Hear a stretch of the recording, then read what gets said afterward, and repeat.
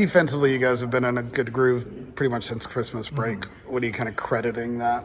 I just think it's kind of our attention to detail. I think a lot of our preparation that goes onto the floor comes from practice. Anytime we can, lock in and stay focused during practice, especially when we have quick turnarounds, that's something that we kind of emphasize. And, we're not always going to stress doing a lot on the court. We can't just wear our bodies out when we have these quick, back-to-back games, only 2 days rest and a quick scout. So, it's a lot of mental preparation.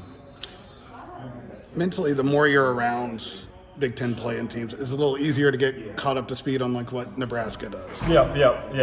Especially now that we kind of start league play, you just watch more basketball.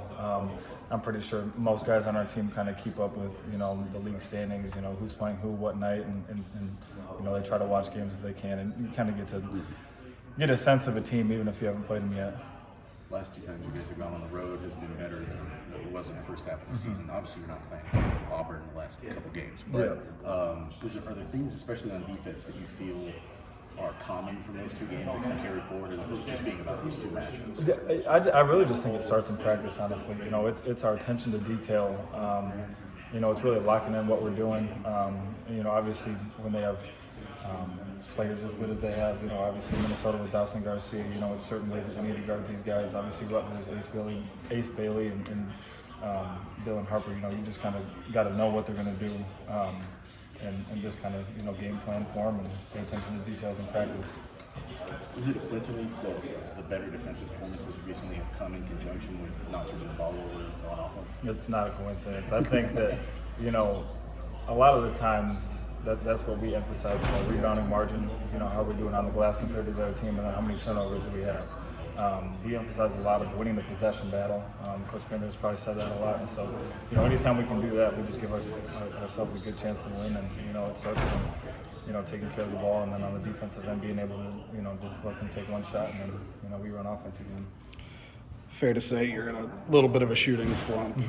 Mentally, just how are you engaging and dealing with that? Yeah, nothing really changes. Whether you shoot the ball well, you shoot the ball bad, you kind of just got to approach it.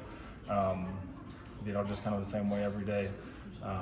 I think the more shots you miss, you kind of start to look at, is it my form? Is it, whatever it is my mechanics? And, it's not, it's me. That's the one thing about shooting that's really good about it is that, no one else is missing the shot besides me.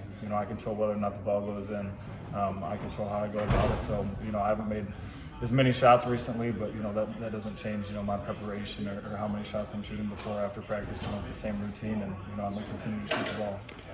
It's also like the cruelty of math. Like, you can be a 40% shooter, doesn't mean you're gonna go 2 for 5 every night. Yeah. Like, you'll have a big night and you'll have a night.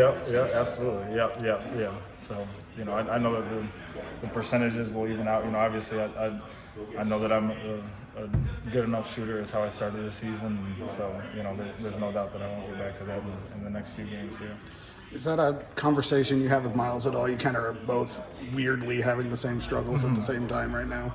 I'm not sure it's a specific conversation, but, we both encourage each other. We both get extra work in and shoot, before, after practice, going upstairs, watching film. So, we do what we need to do, but, the ball's not always going to go in. So, when that doesn't happen, you got to find ways to impact the game. You get the big tip in, Rutgers. How much of that is just making sure you still impact the game? Yeah.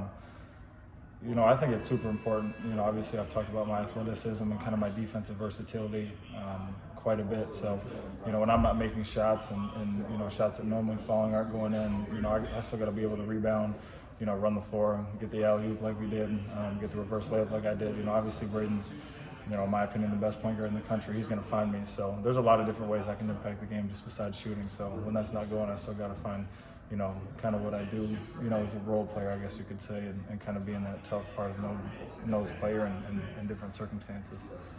I didn't get to watch you guys the last few years. I've been watching you guys every day this season.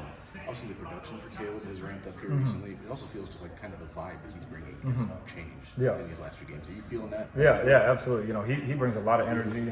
Obviously he's a great athlete. He's physical. He plays his role to you could argue just as good as anybody does. He kind of knows what he does well and knows what he doesn't do well, and he just sticks to what he does well. So, he's just brought a lot of energy, and, it's kind of picked up, and I think that we can kind of see that, throughout the team.